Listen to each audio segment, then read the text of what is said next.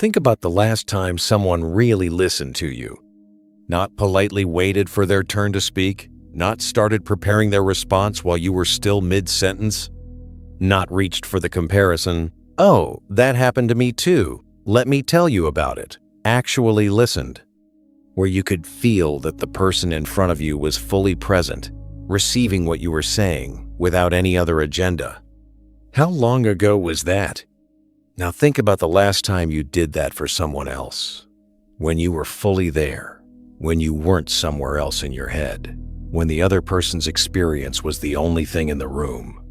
Simone Weil spent her life arguing that this quality of attention is not a social skill. It is not a communication technique. It is the most radical and most demanding form of love that exists.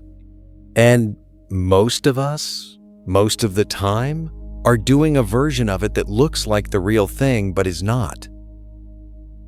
Weil was born in Paris in 1909, the daughter of a secular Jewish family. She was, by almost any measure, a remarkable person. She graduated from one of France's most elite academic institutions at 22, was a political activist who fought for workers' rights during a time when that was genuinely dangerous, and produced a body of philosophical and spiritual writing that has influenced thinkers across disciplines ever since. But what made her unusual was not her intelligence. It was her insistence on not observing from a distance. She did not write about the suffering of factory workers from behind a desk.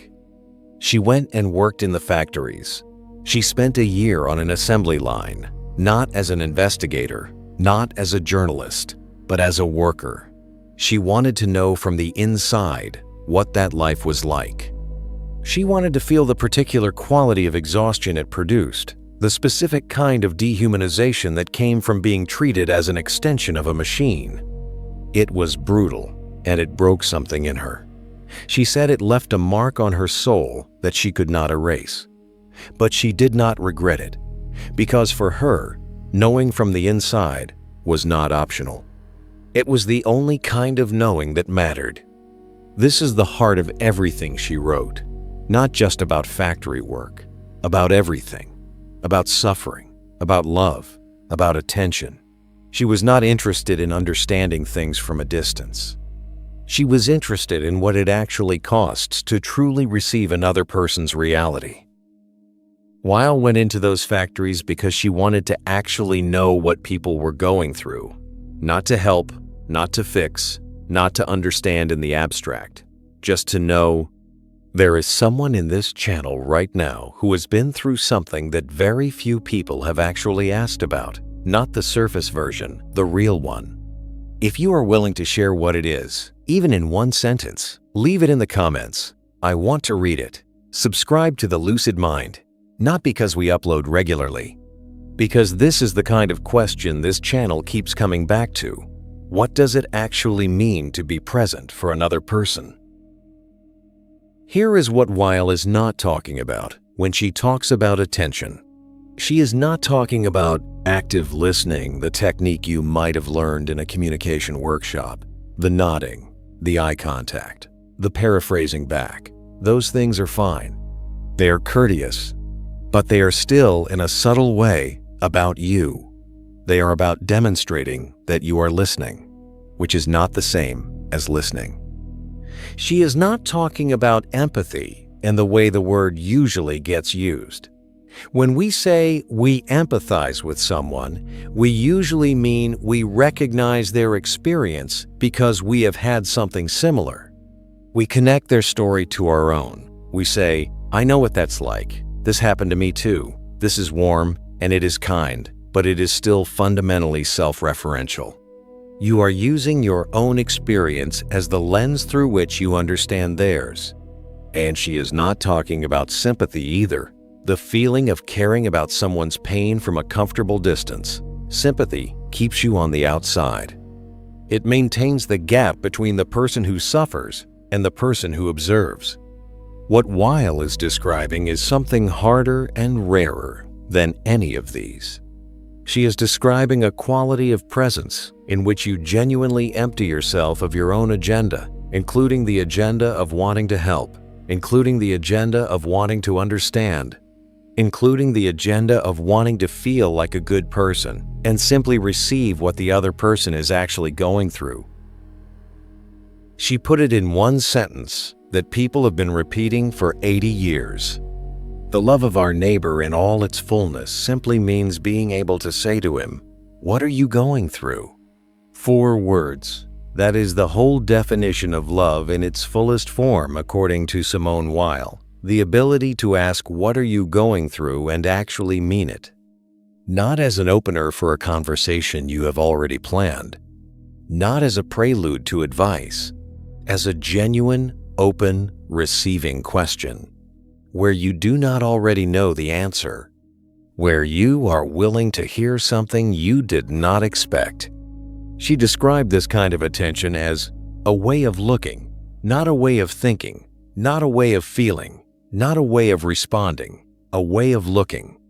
A quality of gaze that is just and loving, that sees the other person as they actually are, not as you need them to be, not as it would be convenient for them to be, just as they are. And she said this way of looking is something most people find genuinely difficult, not because we are unkind, because the self keeps wanting to get back in the room. The self wants to contribute. The self wants to be recognized as helpful or empathetic or understanding. And every time the self re-enters the room, the attention gets contaminated. Weil had a framework for understanding why this is so hard. She called it gravity and grace. Gravity, for Weil, is the natural pull of the self toward itself. Just as physical objects are pulled downward by gravity, the self is pulled naturally toward its own concerns, its own comfort, its own need to be central. This is not evil. It is just how things are, without intervention. The self, left to its natural motion, gravitates toward itself. Everything the self does without deliberate counter-effort is, in some way, in service of itself. When we listen to someone's problem, gravity pulls us toward the thought, how does this relate to my experience? When someone is suffering, gravity pulls us toward, what can I do to make this better? Which is, at least partly, about not feeling helpless ourselves. Grace, for her, is the counter-motion. It is what pulls in the opposite direction. It is what allows something genuinely unselfish to happen. And she was very clear that grace is not something you can will yourself into. You cannot decide to be more gracious in the way you can decide to be more organized. You can only create the conditions that allow it to operate. You can remove obstacles. You can practice forms of attention that train the self to step back. This is why attention, real attention, is so demanding. It is not a technique. It is a way of being that runs directly counter to gravity. Every time you genuinely receive another person's experience, without filtering it through your own, without immediately translating it into something that fits your framework, without rushing to the response, you are working against the natural pull, and the natural pull never stops. Weil had a special word for a specific kind of suffering. She called it affliction. Affliction is not ordinary pain. Ordinary pain is bad, but it does not touch the center of a person. Affliction is the kind of suffering that degrades. That makes a person feel small, invisible, less than human. She thought of it as having 3 dimensions simultaneously: physical, psychological, and social. It is not just that it hurts. It is that it makes you feel like you don't quite count. And she argued that the way most people respond to affliction, even with good intentions, makes it worse. Because when you witness someone in affliction and immediately reach for a response, you are still treating them as a problem to be solved. You are still making the encounter about your capacity to help rather than about their reality. The person in affliction, she wrote, does not need your solutions. They need your attention. They need to know that their reality has been registered. that someone has actually seen them as they are, not as a case study, not as a category, not as someone who needs to be fixed, just seen. This is not passive. It is not indifferent. It is, Weil insisted, the most active thing you can do. Because it requires you to resist every natural impulse, the impulse to fix, to advise, to compare, to escape the discomfort of witnessing, and to just stay. To remain present with something that is genuinely difficult to sit with. Here is the uncomfortable question that follows from all of this. We live in a time when attention has become a resource that is bought, sold, and optimized.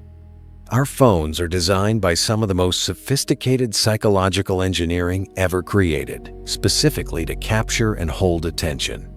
The notifications, the infinite scroll, the algorithmic feed, all of it is built to harvest attention and turn it into something else.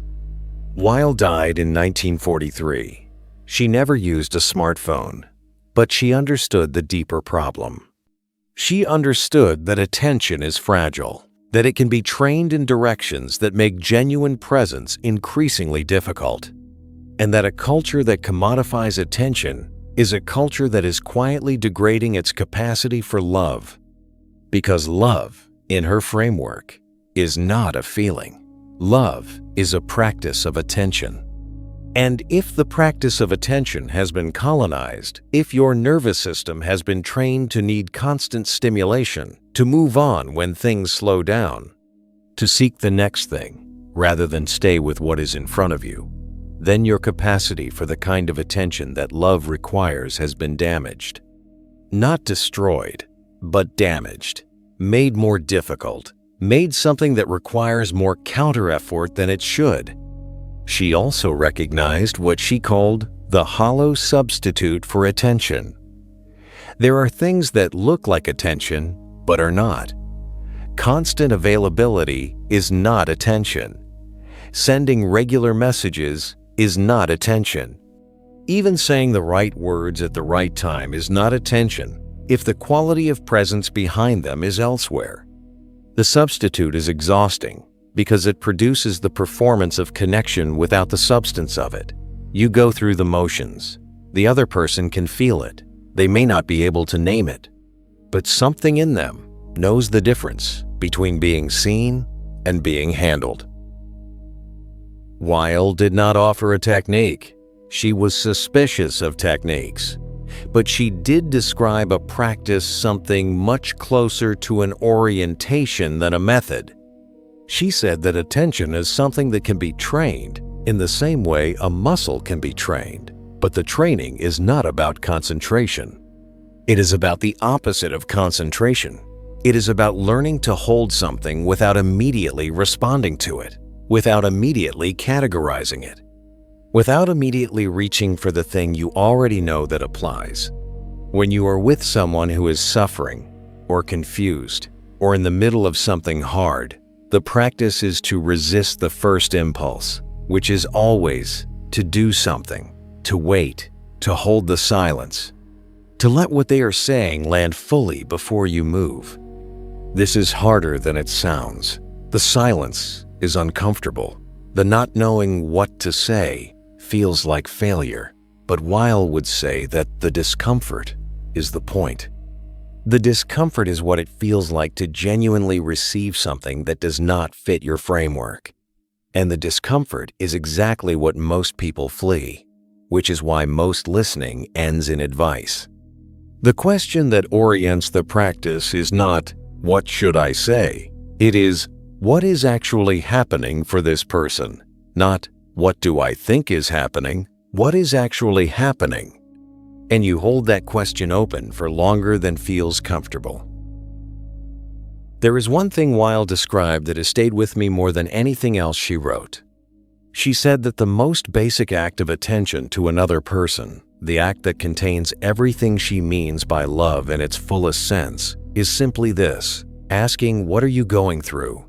and then being quiet enough to actually hear the answer. Not your version of the answer, not the answer that fits the story you already have about this person, the actual answer, with all its texture and specificity and the parts that surprise you. She said most people never receive this. They are heard in the sense that their words are processed, but they are rarely received in the sense that someone genuinely stayed with their experience long enough to understand it on its own terms. This is a rare thing to give. It is also, she said, the most important thing you can give. More than advice, more than solutions, more than support in any conventional sense. The experience of being fully received by another person, of knowing that someone saw you, not their version of you, not the story that's convenient, is one of the most healing things that exists. And it does not require anything external. It does not require training or credentials or resources. It requires only the willingness to set yourself aside for as long as it takes and stay.